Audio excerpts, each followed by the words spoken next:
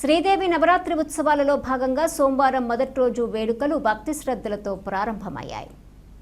మహాశక్తి దేవాలయంలో శ్రీ మహాదుర్గ అమ్మవారు శ్రీ బాలత్రిపుర సుందరి అవతారంలో భక్తులకు దర్శనమిచ్చారు.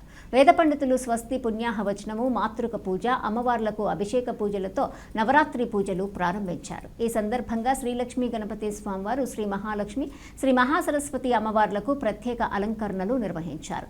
ఉత్సవాలలో భాగంగా అమ్మవారి దీక్ష స్వీకరించిన కేంద్ర హోంశాఖ సహాయ మంత్రి బండి సంజయ్ కుమార్ భక్తులతో కలిసి పూజల్లో పాల్గొన్నారు.